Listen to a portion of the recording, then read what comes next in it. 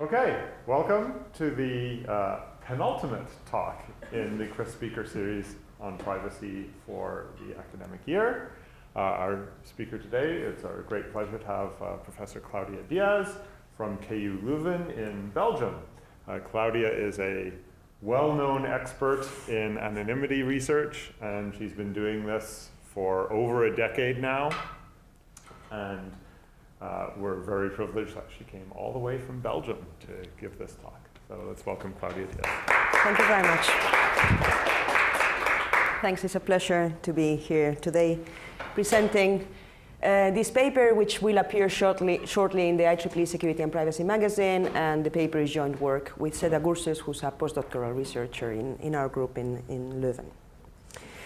Okay, so an outline of the talk so that you don't get lost in all the issues that I will be talking about with respect to privacy and social networks.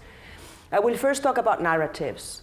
And we distinguish two different narratives when dealing with privacy in social networks. We call one of them, to caricaturize a little bit, the activist narrative, and the other, the consumer narrative. And these two narratives are not only present in the media, although I will be using examples from like newspapers and so on to illustrate them, but they actually inform as well two very different research approaches to framing the problem of privacy in social networks. So I will start with the activist media narrative, then the consumer, and then I will continue with social privacy, which is related to the second narrative that I introduced, and then go back to the first narrative by looking at privacy-enhancing technologies. And in the paper, what we do is we provide sort of a critical analysis of these two approaches to privacy in social networks, and we argue that they seem to be addressing unrelated problems, and we think the problems are not as unrelated as they seem when you look at the papers.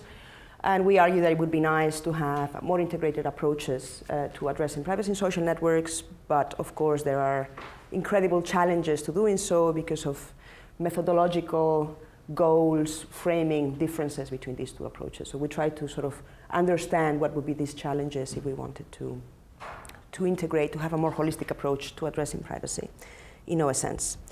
Okay, so I will start with one of the narratives, which we call the activist narrative. And of course, I guess you are familiar with this discourse in which social media, Facebook, Twitter, and so on, is hailed as having enabled the Arab Spring and all kinds of protests around the world.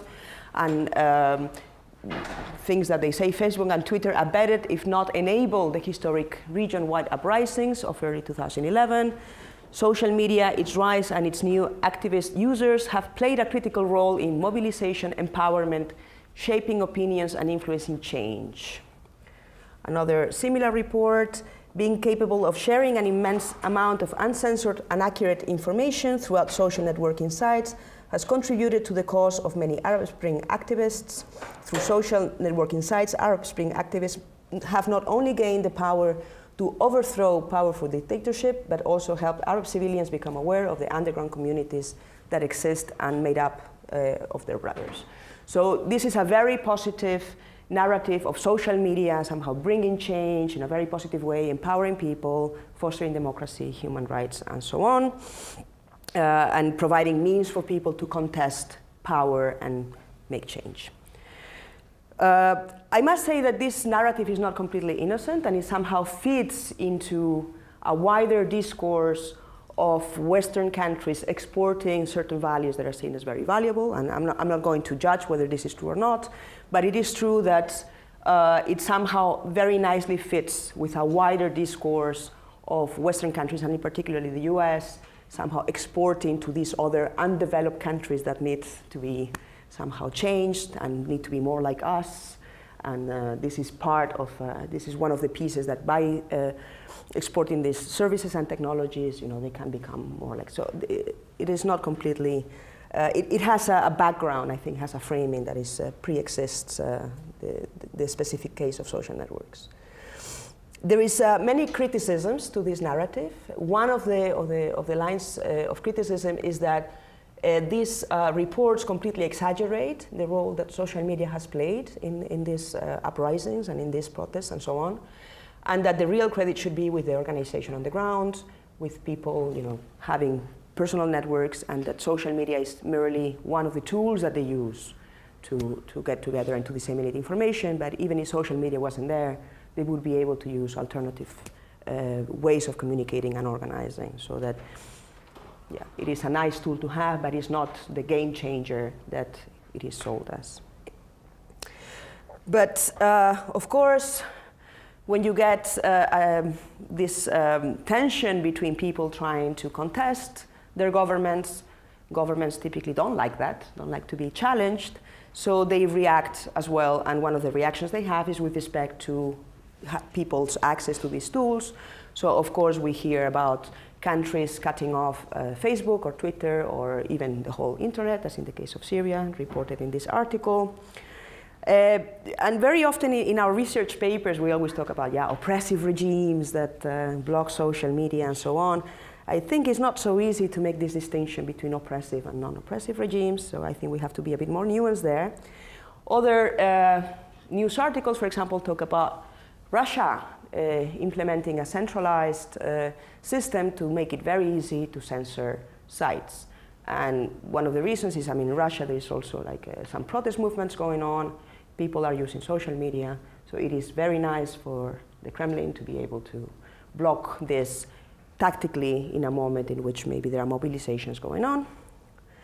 And perhaps the UK is not the country people have in mind when talking about oppressive regimes, but during the riots and during the social unrest that earlier in last year, they were actually considering blocking Twitter and Facebook as well. And this is just one example. I'm sure many other Western countries or liberal democracies consider, when they feel really challenged, they really consider taking these kind of measures as well. It's not about blocking only. So governments and their secret services and so on, they also leverage the information that is available in social media for their own purposes. And I read here, O'Neill, with his words, highlights the great importance that intelligence community assigns to social media and to the open source intelligence. They offer a vantage point of today's society, and intelligence agencies have understood that social media represent a privileged instrument for information gathering and mass conditioning. So it is not only that the powerful institutions are going to try to block or prevent people from using this kind of services, but they are also intervening in them by looking at what people are doing and gathering information in that way. And when we talk about censorship, it's not only censorship of accessing the sites. There are other issues that are, in this case, not government related, but sort of the provider, of course, has immense power to decide what is acceptable and what is not acceptable in the platform. So in this case, this is something that many women are very upset about, which is that when they upload pictures of breastfeeding, Facebook considers this immoral or inappropriate, and these pictures are censored. And there are also reports on Facebook not liking certain comments and saying, maybe this is not appropriate, I will not allow you to post this kind of comment. So in this case, it's about having this institution, which is the service provider, Facebook in this case, somehow deciding on or imposing their moral or ethical values on everybody else, quite unilaterally in a way, right? And people being very disempowered in being able to contest whether they agree or disagree with these rules. So in contrast to the positive narrative of social media brings democracy, human rights, and so on, there is also a negative narrative, as you have seen, in which these platforms are blocked during moments of social conflict, or they can be used to disseminate misinformation of propaganda, or they can be used to spy on people. And of course, with this intelligence that is collected by spying on social media, then they can act on it, and it can lead to very serious consequences, such as, for example, arresting or even killing people who are being very uncomfortable for the powers that are performing the surveillance. Is it about governments? Is it about corporations? Some authors argue that this is what they call a surveillance assemblage, which is that it is very difficult to draw distinctions between public, meaning government, and private institutions that are performing surveillance, in the sense that they are really, the links are very strong, and they are really colluding in the sense that people use, for example, social media such as Facebook. This is, of course, the intelligence agencies want to get access to this information, but in other cases you have governments setting up surveillance systems and outsourcing the management and deployment of these surveillance systems to private corporations. So it's not really that, I mean, one can argue that it's not so easy to make a distinction between sort of the government or the company and so on. And what is the link of all of this to technologies? So there is one family of privacy technologies, we call in the paper PETs, privacy enhancing technologies, that their aim is to enable people to interact socially online while being free from surveillance and interference. And by interference, we often refer to censorship as a form of interfering with people's what the activities they want to conduct in the social network. Okay, so I'm going to now jump to the other narratives. So just keep in mind this hook, because I will come back to these technologies later on. So is this the only way in which privacy is framed in social networks? Not at all. There are many other perspectives on what it means to have or not have privacy in social networks. One of the concerns that is also often reported is more related to safety and crime and so on. And there the problem is that we have these bad guys who are stalkers, who are thieves, who install malware in your computer, who are predators and so on. And we need to protect people from these. So in this case, the good guys are the regulators, industry, law enforcement, and so on, which is very interesting because if you see like the roles that the actors take with respect to the previous perspective are almost opposite. Like here, law enforcement and regulators and industry are your friends who will protect you from crime, while in the other they are somehow the enemy who will try to spy on you and censor you and so on. So what technologies are usually used to address these kind of issues? Well, data security, so that it's difficult for outsiders to gain access to the databases that are kept by service providers, software security, and then very often people advocate for authenticating everyone and identifying everyone and then monitoring everyone so that they can check whether somebody is misbehaving in the system. So again, this highlights how different, is almost opposite, the way privacy is understood from this perspective, from the surveillance perspective. Often these type of concerns are aligned to some extent with the regulatory approaches to privacy. So in this case, data protection, which is the European, I'm more familiar with the European legislation than with the FIPS, which is the American version of it. And here there is also obligations for the service providers, so they have to inform people on what they are going to do with information. They have to make explicit the purposes for which they are going to use it, and then the people have certain rights, like they can get to see what information is kept about them, they can ask for deletion and so on. So this is not what we focus in the paper. We sort of this is what we call institutional privacy. And we leave it out of the scope because we had quite limited space, so we focus on the surveillance perspective and the social privacy perspective. So this is yet another way of looking at privacy in social networks. So social networks are spaces to socialize. They have become a little bit like the public space in which people will, talk to their friends and family and keep in touch and so on. So of course, privacy problems predate social networks, and they appear also in offline environments when people might sometimes say things that are inappropriate or do things or be overheard by somebody else. So these are issues that appear already in the offline world, and of course when these relationships move to online platforms, the same problems reappear and some new problems appear because of the characteristics of the technology, which are different from the offline environment. So what is the media? What do the media, when the media frames the social privacy problem in OSNs, what do they talk about? Well, one thing many people talk about is issues with the job. So people making comments that are inappropriate because they are criticizing their boss or pretending to have to be sick but then doing something else, and then they talk about it in Facebook, and some colleague or the boss is actually able to access this information, and then they are fired. So this is one of the very typical cases that are reported on. It's not only, so the previous problem is, okay, how do you deal with this? You should have settings, you should have groups, you should, you know, if you're talking about your job, make sure that your boss cannot look at that kind of content and so on.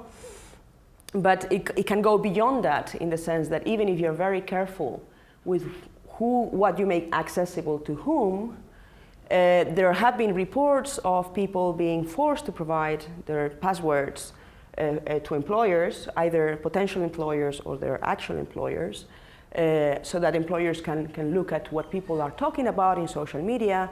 And I mean, of course, here settings are not going to protect you because they will be able to see as much as you see of the network, either asking you to provide a password or asking you to log in with them in front of you. I find this extremely serious. I believe now there have been some measures taken that this is no longer legal, but of course, like how you make sure that if somebody is scared of losing their job, is in a very powerless position, even if this is illegal, are they going to report on it? I mean, I find this a very big issue, actually.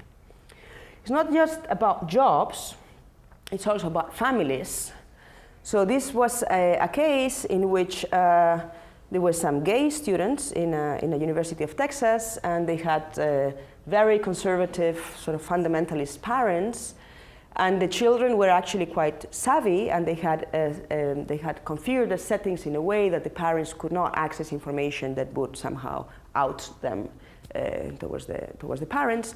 So what happened is that they joined a group, the Queer Chorus group, and because of how settings are overridden in Facebook, even though they had very private settings, the Queer Chorus have more public settings, and those overrode the more private settings that the students had, meaning that their parents could see that they had joined the group. Okay? And this led, of course, to big family crisis, and I guess a quite difficult situation for these kids.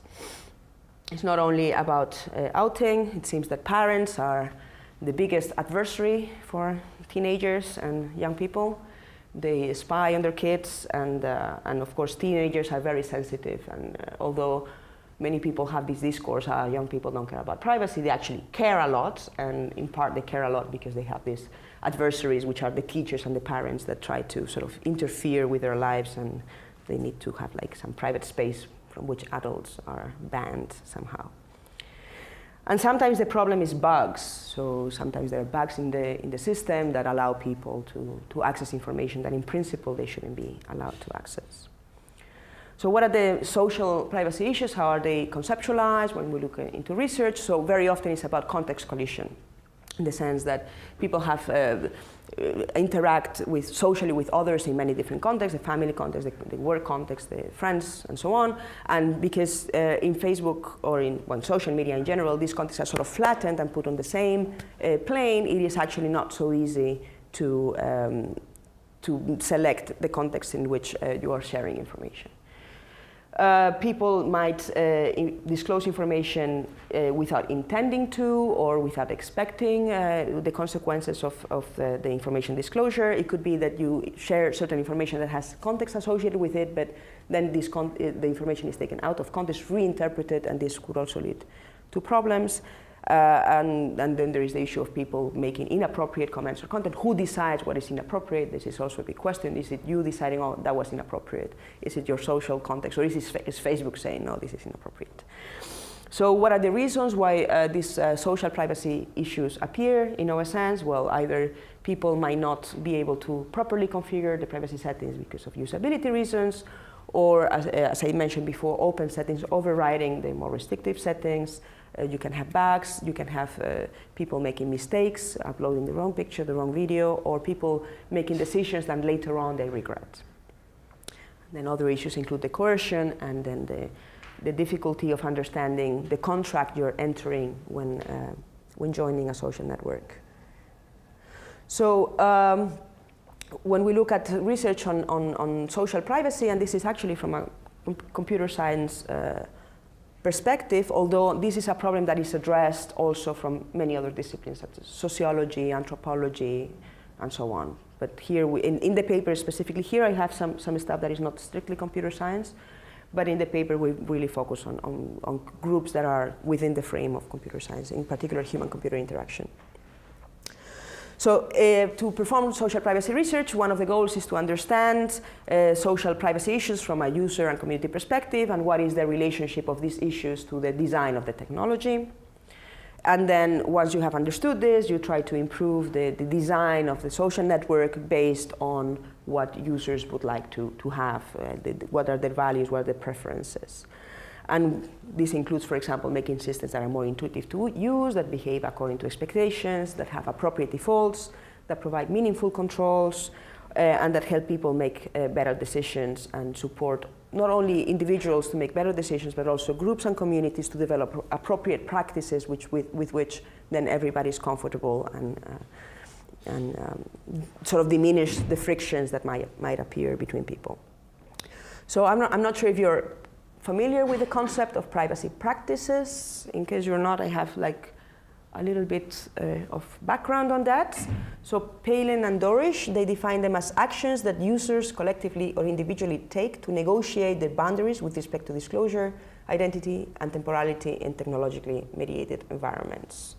So these are basically sort of protocols, like human protocols that people develop to deal with these issues. What is the conception of privacy that is somehow underlying these type of approaches? Dana Boyd, she frames it, she says that privacy is a social construct that reflects the values and norms of everyday people, okay? And of course, in social networks, we have tensions between privacy and publicity, because on the one, I mean, they are spaces as well in which people present themselves to others and they want to be public, and then it's not so easy to establish like what are where do you want to set the boundaries and towards whom. So of course there is a lot of, the practices are about negotiating boundaries between private and public, and negotiating also acceptable and unacceptable forms of behavior. Of course, the difference between these practices in online social networks with respect to the offline world is that the architecture, the technical architecture of the system is going to influence what is possible and what is not possible. It's going to provide mediate and provide constraints, so information is going to be more persistent, replicable, visible, searchable, and so on, which is not the case in offline worlds. What sort of practices do people develop when they are using social networks? Well, the obvious one is to use settings, block people that you don't want to see. When you don't want to share some content with them, you just block them from that post.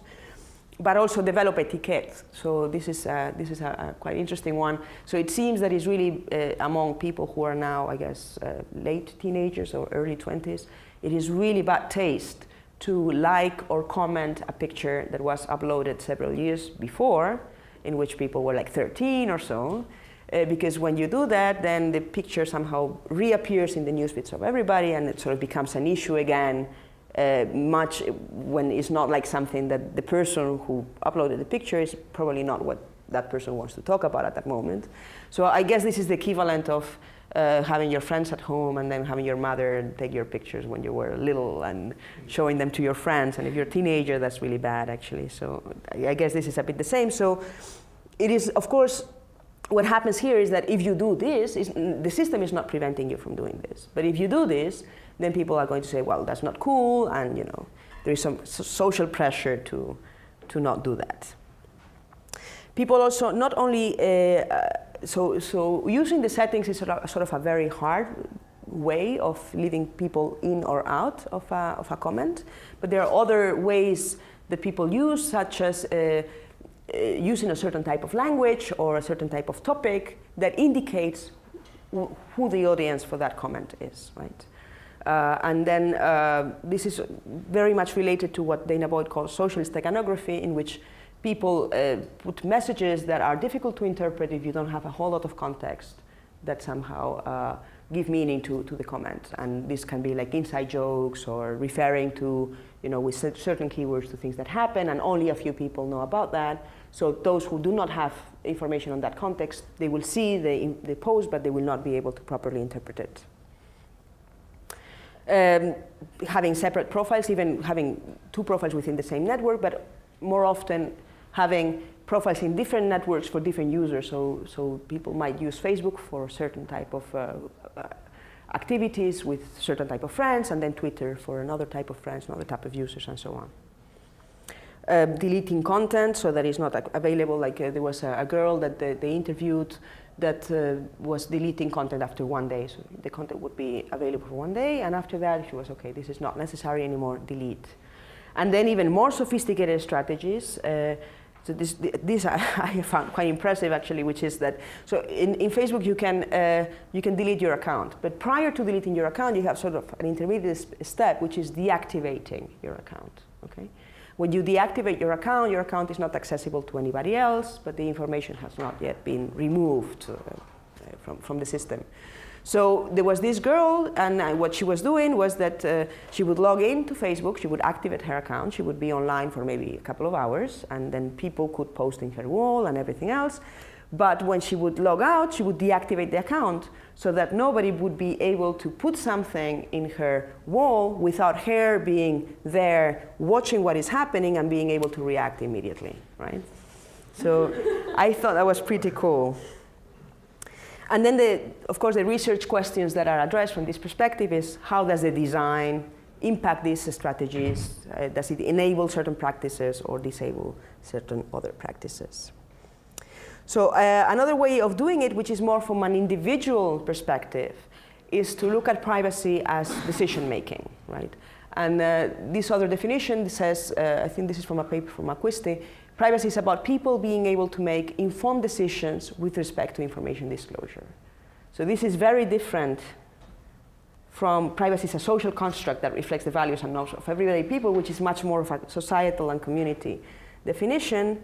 Here it is much more of an individual way of looking at privacy. And then when is a system good for privacy? When it behaves according to your expectations and provides you with meaningful controls. And then another big line of research is to look into nudges, which are basically pushing people or making it easier for people to be private, to protect their privacy. Okay, so if we frame privacy as information, as decision making, the first decision that you make is to join the network, right? This decision should be made in principle based on the terms of service that you are getting into by joining the network. Most people do not read the policies, and even those who read them do not understand them. And here, I don't know if you can read that, but it's quite funny. It says that Facebook and Google privacy policies have been found to be more confusing than complex documents such as government notices, credit card agreements, and bank reward program rules. So that's a pretty high threshold, right? So this is one aspect. Another thing I wanted to notice is that the fact of having a privacy policy is, of course, unrelated with being more privacy or less privacy friendly. And in fact, they can be used as a disclaimer, particularly if they are obscure and people have trouble understanding them. They can be used as a disclaimer to conduct very privacy invasive practices that are then legitimized because, hey, you agreed to these terms of service. So some of the research in this area is, okay, how can we improve the readability? Should we make them shorter, standardized, easy to find, and so on. So another way of improving decision making is to make information salient, and now I will be reviewing some of the work that has been done at CMU from the group of Laurie Craner.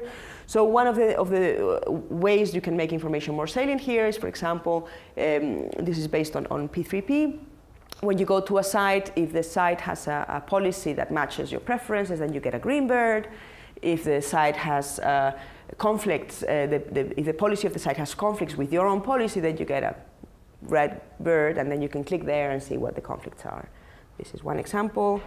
Another example is when you are searching for information, to order the search results according to their privacy policy and whether it matches or not your preferences. So here, any square that is not green means like one mismatch in one of the items in the policy. And then another thing you can do is to just have very visible and very compact and very easy to understand privacy facts, in this case about applications, so that people can get with very little effort an idea of what the privacy policy is about.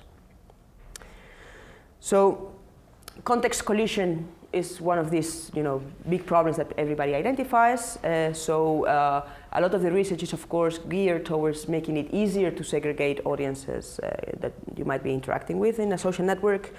And here the problem is that the settings is configuring settings is like a programming exercise, and this is somehow inherited from defining access control policies, which is a technology that was designed for professional system administrators, and now we are expecting people who have no formal training to be able to properly configure the system. So it would be nice to have ways of expressing audiences and expressing preferences that are more close to the mental models that people have. So can we do it in a way that can we understand how people think of their friends, how people think of their audiences, and then make settings that are easy to understand, thus reducing the cognitive load and making it more intuitive, basically.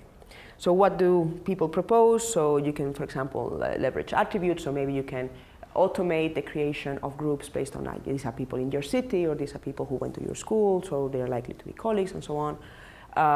You can also look at a cluster. So if you have like a group of friends that among each other are highly connected, then possibly this is defining somehow a context. So you can also exploit that to make it easy and maybe suggest groups instead of having people having to build them from scratch. And then you want to make the audience visible so that people understand the consequences of sharing. Here, so in this is what, Facebook has actually improved a lot the visibility of the audience. So, for example, before posting, you have there, in this rectangle, you see which group is going to see your content. Once you have posted per post, you also have a way to see who can access it, and you can actually change it very easily. And then you can make it even more visible by, for example, picking random people who are going to see the content and saying, hey, these people will see the content. Is it something you feel comfortable with? And then, the idea behind nudging and so on is that you should make it easier to select privacy and make it more costly to do things that are less privacy friendly in a way. So of course defaults should be very privacy preserving. Then you should provide controls that are understandable and meaningful to users. And what you can do as well is to add friction to when people choose options that are more that enable wider sharing of information. So in this case, imagine that when you are going to share something with the public, then you get a pop-up, and then you have to do an additional click, or you have to scroll, and this somehow helps people or pushes people into certain behaviors that are more restrictive as opposed to more transparent in the sense of sharing with everybody else. And then this is a very interesting work that has been done looking at, do people regret things that they have done in social media, and what do they regret, and so on. And here a bit the conception of privacy that is underlying this study is that there is a privacy problem when you take an action in a social network that later on you say, oh, I feel bad about that decision, that was not a good thing. Then this is symptomatic of a privacy problem. If you are comfortable with what you have done in the past, then this is symptomatic of things being okay. So in this paper, they have like a mix of qualitative and quantitative studies with interviews and surveys focusing on American users, and they try to see, okay, do people have regrets? How common is it? Why do they have regrets? And what do they do to repair or avoid having these regrets, and so on. So they found that indeed most people report having regrets, but interestingly, like if you see the third line there, people actually, Twitter users report having more conversational regrets than regrets in tweets that they have shared, which maybe, I mean, the fact that people have some more time to decide what they are going to share probably reduces the things that one might regret afterwards as compared to conversations which are more spontaneous, and it's easier to say something that you're like, I shouldn't have said that. About the consequences, some of the consequences were extremely serious, like relationship breakup, job loss, and even less serious consequences people found extremely upsetting. Why did they do things that regretted afterwards? Well, being angry, upset, or not thinking, or forgetting who is the audience for the post, and the regrets seem to appear very quickly. What do they regret? Posting about certain topics such as sex, relationships, drugs, and so on, but not only posting, but also other actions such as friending somebody they might regret, or unfriending somebody, or tagging somebody in a picture, or installing an application. Why did they do it? What excited states, not thinking, forgetting about the audience, and so on.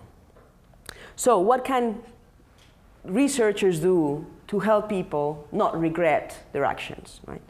So one of the proposals is what is called this timer nudge, in which is sort of a plugin that when you have it installed and you're going to post something on Facebook, you write your comment, you click post, and then it's not posted immediately, but actually there's a countdown of 10 seconds that gives you a bit of time to reflect, and then you can still like cancel it or edit it, or you can say, yeah, I'm really sure, just post it now.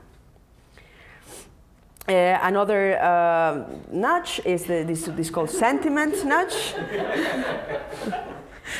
in which, so there is some content analysis, in this case looking at certain keywords that might be negatively loaded, and then giving an alert to the user, okay, are you sure, other people may perceive this as negative. And then giving feedback on the audience, in this case, is choosing, imagine you're sharing with your friends, then they will choose randomly 5 of your friends and say, these people can see it, so that it sort of reminds you, because maybe you see pictures of people you had forgotten about. But if you have more open settings like public or friends of friends, then you will see people that you don't know, and this will sort of remind you that people that you've never met are going to be able to see the content that you're posting. So they did some studies in which they have people testing these nudges and then sharing their experiences, and people seem to like the timer. They think it's useful, and they actually report taking advantage of these 10 seconds to rephrase, correct, and even cancel posts. The profile picture that gives you feedback on the audience is also perceived as useful, makes them more aware of the audience and number of friends that they have in Facebook, and in some cases even help them reconfigure their privacy settings and maybe define groups, or make sure that those people that they didn't maybe mean to share with would not be able to access the information. The sentiment nudge was not so successful. I guess people, perceived it as a bit judgmental and patronizing, and also, I mean, talking to the people who developed it, they said it was very, very simple, that it just looked at keywords, so it didn't detect things like sarcasm or things like that. So you might need to have a more sophisticated one that can, but I mean, I'm not sure you can really do that, but anyway. Okay. So as you can see, when researchers, particularly coming from HCI, some of the people also coming from sort of access control, user modeling, and so on, how do they approach the social privacy problem methodologically? They usually, one of the central elements of their methodology are user studies. These user studies can be qualitative, which are very smaller scale, and they are based on interviews, or quantitative, which are larger scale, and then they are based on surveys. And the point there is to extract statistics rather than to go more in depth into user perceptions. With these studies, what are they good for? Well, you can understand the concerns of people, their expectations, and you can then also see like how different design options fare with respect to the users. And of course, a big issue here is, how representative is this sample? It is very difficult to be representative of the full Facebook population, but I would even say, is that what you want? Maybe you want to have like focus groups that represent populations that are more of interest or not. I mean, this is the selection of people to include in the study. This is, I think, a big issue. So I'm going back. I hope you didn't forget completely about the spy people looking at Facebook and the government's blocking and so on, because we are back now to surveillance and censorship concerns. And I will now give a very, very brief overview, because I guess also many of you are actually familiar with some of these technologies, on what is the research that is being done in privacy-enhancing technologies for social networks. So in contrast to the user study-oriented methodology here, what we do is that we make a model of the system, we make some assumptions. These assumptions can be trust assumptions. This entity is going to behave in this certain way, but can also be about available binding blocks. We assume we have like a secure channel here or an anonymous channel there or whatever other assumptions this technology is available. And then we define a threat model. Who is the adversary? What is the knowledge of this adversary? What kind of capabilities? What kind of resources he has? We also define what information is the asset that we want to protect. Sometimes it can be content, sometimes it can be traffic data, and what sort of security property we want to provide. Can be confidentiality, which is keeping the information sort of hidden, or it can be availability, which is connected to censorship resistance. And then, well, people propose some protocol or some system, and then they perform a security analysis that tests whether the security properties that they have defined hold with respect to the threat model that they have identified under the assumptions that they have also defined. Okay. So what sort of technologies are people proposing? Well, for the issue of the blocking of OSNs, Tor is the more popular solution, which is not specific for social networks, but since this is about accessing the sites, this is a technology that can somehow help users overcome the blocking, circumvent censorship. And of course, ideally, you not only want to circumvent censorship, you also want this circumvention to not be detectable, so that there are no consequences from the detection of the circumvention. So what information do we try to protect? Often content is, of course, the most obvious and first step to protect the content that people are sharing. And there's a diversity of tools that use some form of crypto primitives in order to protect content shared in the social network. But actually, if we think about it, with respect to social privacy, the fact that we have these settings already would provide this sort of protection, although there are issues with that. But here, the big bonus is that you can protect not only from people not in your audience, but also from the provider itself, right? So one example is Fly by Night, which is a Facebook app that encrypts the data that it stores and relies on Facebook for key management. Or Scramble, this was designed in our group, which is a browser plugin that prior to uploading the content in the network is encrypted, and the key management is done out-of-band. So these are very nice tools and technologies, but of course they haven't really seen wide adoption at this stage. Some of the issues are usability, flexibility of the interface, in the sense that, for example, I can now in Facebook share something with certain people, and then I change my mind about the audience, and they can go and change it. In these cases, you have to really predefine your audience, and it doesn't provide you with the flexibility to later on change that. And then there is the problem of bootstrapping, in the sense that even, especially in social networks, it's completely useless that you have it if your friends don't have it, because then you will not be able to share your content with anyone. So that's also a big difficulty. So although the main stated purpose of these tools is to provide confidentiality properties, in the sense that Facebook cannot gain access to your content, or other people who are not in your access list cannot gain access to your content, there is a very interesting bonus that you get, that is that you really limit the ability of the provider to decide on the appropriateness of content and censor it, because they cannot get access to the content, so they cannot judge whether it is appropriate or not.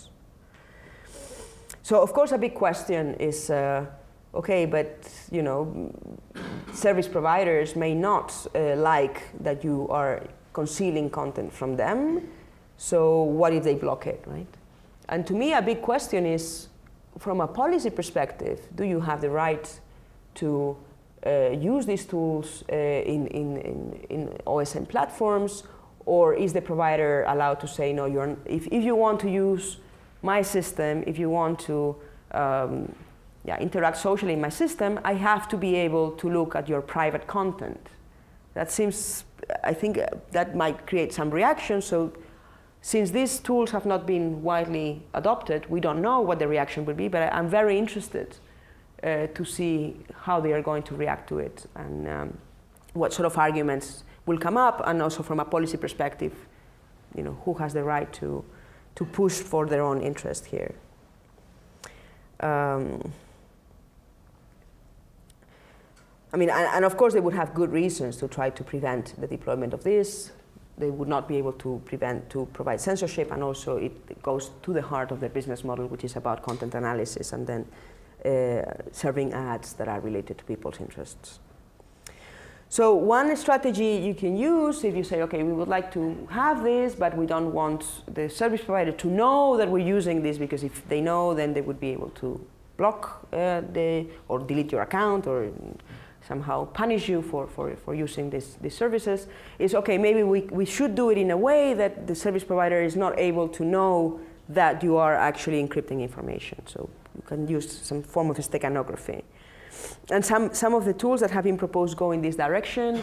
None of your business is one. FaceCloak is another one. Even Scramble now, they are building an extension in which you would have your secret message that is encrypted and stored somewhere else, and as an index, as an index to that content, you would type some other content that is the content that is visible to Facebook. But people who have the key to access your real content could see this content that you're posting, somehow transform into an index together with your secret key material, and then fetch the real content that you are actually sharing.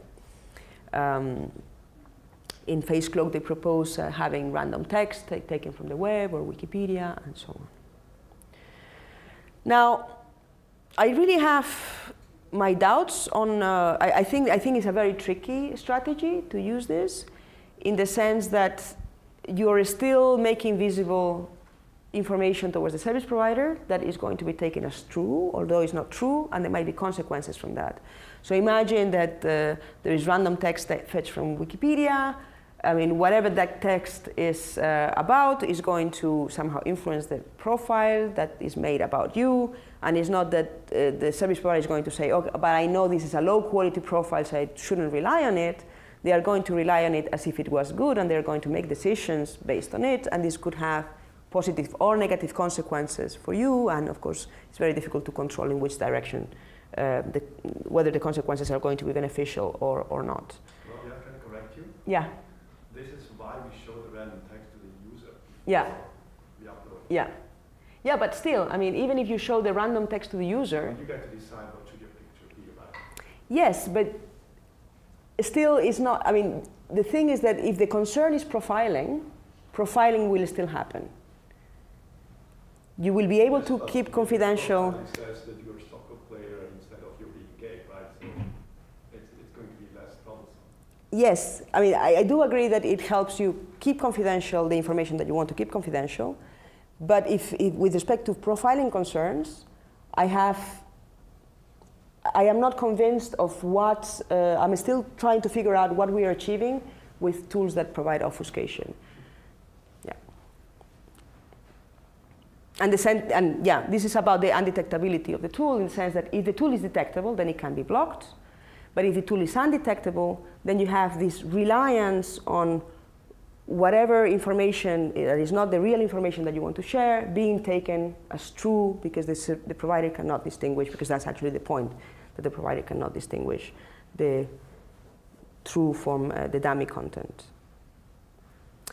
So we can go also beyond content towards relationships. So even if the content is encrypted, you can extract the intelligence from looking at who interacts with whom, what is the shape of the social graph, and so on. Typically, the way to deal with this in sort of email communications or browsing communications is to rely on anonymity. But in social networks, anonymity is not really an option, in the sense that people have persistent profiles, and this is part of the functionality of the social network. So what can we do? So one option is to, again, rely on obfuscation, which again becomes, in my opinion, a bit tricky, of relationships and interactions by using dummy traffic, so that if the interactions, if the content itself is indistinguishable, then you can also have dummy interactions with people with whom you're not really interacting, and that would somehow introduce some noise in the graph or in the traffic patterns, interaction patterns. And then some people are saying, instead of doing plugins for existing social networks, let's just build from scratch new alternatives. So Hummingbird is a privacy-enhanced alternative to Twitter that has a bunch of crypto protocols that it implements, and it has its goal to protect tweet contents, hashtags, and follower interests from the potentially prying eyes of the centralized provider. Other people say, okay, let's have an architecture in which the OSN is just a dumb data store in which people push and retrieve blocks from, and have all the intelligence at the client side to sort of reconstruct all the information that has been shared. In these systems is mostly about content protection, and they do not really provide traffic analysis resistance.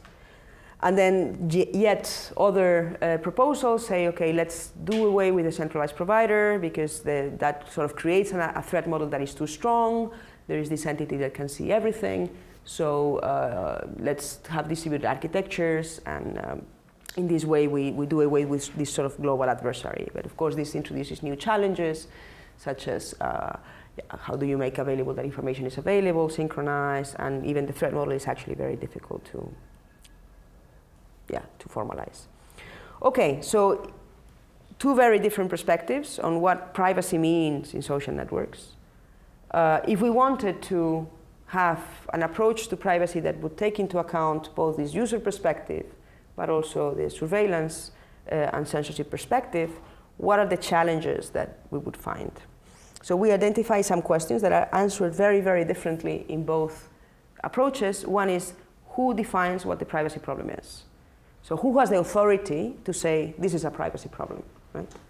So in the sort of the pets world, the people defining what the privacy problem is the experts, is the researchers, and based on their technical knowledge, based on their understanding of information leakages in the system, they say, okay, I decide there is a privacy problem here, and I'm going to propose a protocol that solves this problem, right?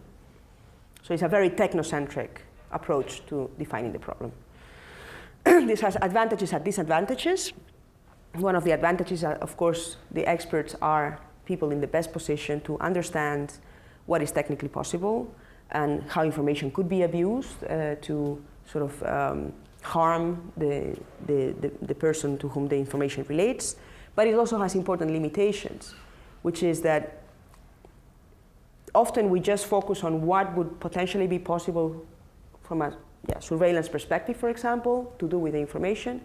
But if this is not combined with sort of more social and political analysis of what are the surveillance practices, what are the goals of the people conducting surveillance, and what are the ways in which they do this, then it's somehow missing a very important element. And the question is that, we have no idea, because of course these people also don't publish what they do, so we have no idea. So there's a risk of over-relying on these technocentric assumptions on how surveillance functions and what are the best strategies to counter it. Right? Another limitation is that there is somehow this assumption that you would design a protocol or a tool that will behave as expected in every context. And this is typically not the case, in the sense that people would develop social practices, people might subvert or use the tool in a very different way. But if we do not integrate in the design of the tool somehow this user perspective, is very difficult to I mean, we might be completely wrong in thinking what are the effects that the tool will have once it is put in place.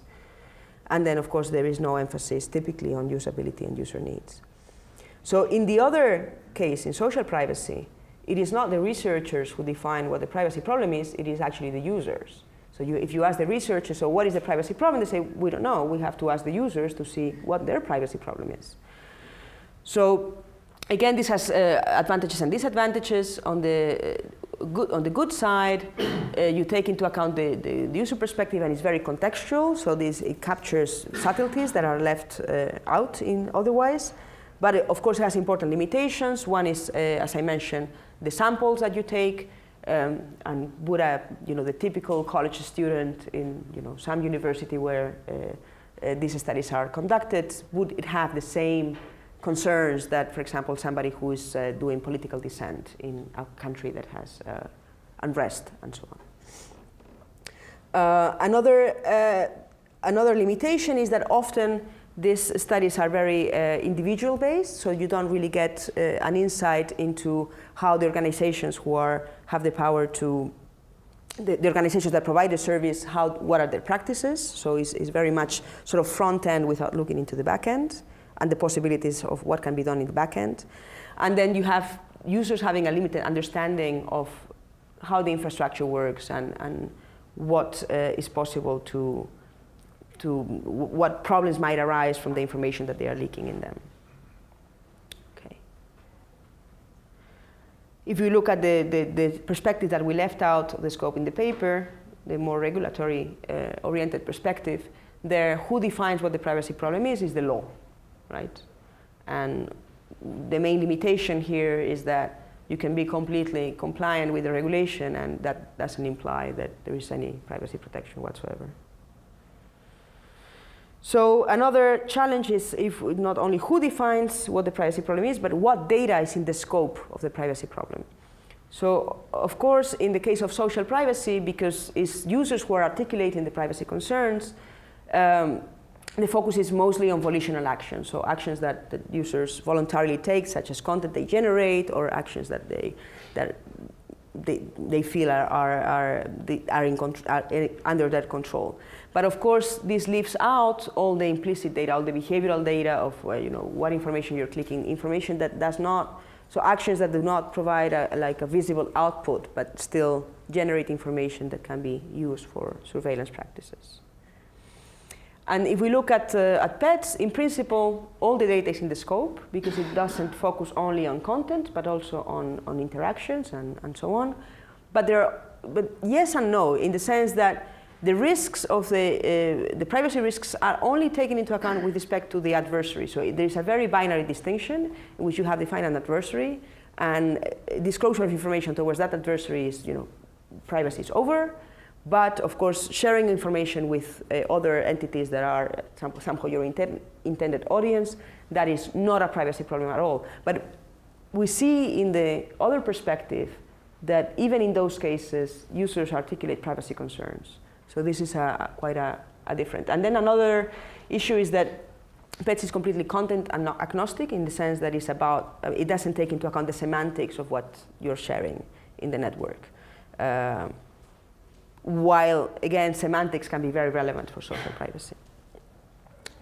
How are the problems defined? In social privacy, very often the focus is on concrete harms that individuals suffer. And this is also reasonable because people are going to identify as privacy problems actions that have a very intuitive causal relationship to harms that they have experienced. Right? While in pets, we often focus on very what we call abstract harms or worst case scenarios, in the sense that we say, okay, information is leaked, inferences can be made from this, this is a privacy problem, and then we can imagine things that can be done with this information, like you can find that somebody is belonging to some group that you want to arrest, or that somebody should be put under surveillance, or that you infer that somebody is whatever, gay or something, or you can manipulate people and so on. That's on the individual level. On a societal level, this can lead to discrimination or upsetting checks and balances in society between governments and individuals and so on. But it is very difficult to come up with harms that are as concrete as the ones that are identified in the other perspective. And an issue that I think affects both perspectives is that there is no transparency about what is being done with data. And this completely limits our ability to explain why these information leakages are a problem, because we have to basically rely on our imagination and on what are the possibilities, but it's very difficult to say, to have like concrete harm examples. And of course, abstract harms are difficult to communicate to users. So some further, I'm coming to the end, some further points to this discussion. If we look at these two perspectives on privacy and social networks, how do they align with the incentives of the social network providers? One can argue that when it comes to social privacy, this is actually, the results are actually of much interest to social network providers because they want people to feel comfortable in their system and they don't want people to have experience social privacy problems. So you can see that even like Facebook is somehow adopting some of the principles and ideas that have been proposed by researchers. A very different story when it comes to surveillance and censorship, in the sense that, of course, in that approach, they are framed as the adversary, and the goal of the technology is to prevent them, to disempower them, to prevent them from learning information and to prevent them from being able to take action with respect to information. So, of course, this is going contrary, totally contrary to their interests. Another question is privacy always about information concealment? Or availability, and the thing is that technically we often frame it in that way, but of course, you know, we can also understand it in a broader way. And one example of privacy practices given by Dorish is that you can say, I do not want to be disturbed. This is an information disclosure that claims privacy. So it's not necessarily always the case that information concealment equals privacy, information revelation equals privacy violation. So I think this is, we usually think about it in that way in our field, but can be much more complicated than that. I think something that is very interesting is how censorship is treated in these two perspectives. In PET's research, censorship is definitely a bad thing, and the tools that we develop are aimed at circumventing censorship, at preventing others from censoring us. While in social privacy, as we could see some of the nudges and some of the strategies, their goal is to push people towards self-censorship, right? So this is it's difficult to reconcile, I think, these two completely different visions of what it means to be, to have your privacy respected. Is it about you being able to say whatever you want, regardless of whether it is inappropriate and whatever? Or is it about you somehow preventing yourself from saying things that might lead to social conflict with others? And so this is the conception of looking at privacy as establishing norms and following norms in society versus looking at privacy as being able to break up the norms and to challenge the norms. Another important issue is the paradox of control. So, for example, there's a recent paper, I'm not sure if it's out yet, or it will be very soon, in which the people at CMU have looked at an evolution of how people share information in Facebook, and they see that people have made more restrictive settings, but as they make more restrictive settings, they also share richer information with their inner circle, right? So you have this paradox of control, that the safer you feel, the more risk you take, and then what happens if, for example, the security is broken? Can you signal that to the user, and so on? So you have also these trade-offs there. And what we argue is that this social privacy and surveillance are not completely independent, although they are usually treated as being completely independent, in the sense that we can see surveillance problems leading to social privacy problems. And one example of this is you share something with your friends, there is an update of the settings, and now this is more widely available than it was before. Why does this happen? Because Facebook actually does have the power, does have access to your information and the power to decide who can see it and who cannot. And you configuring the settings is basically a symbolic act that they might respect or not, because they are the ones that actually perform the enforcement. And these disclosures might lead to social privacy issues. And on the other hand, we can have social privacy problems somehow feeding into surveillance problems. And one example would be that people tag each other in pictures, and this information can then be used to, for example, identify anonymous or unidentified demonstrators in a protest by using the work that people have done tagging each other. So last slide. Our conclusion is that, okay, the framings of privacy in social networks are very, very different.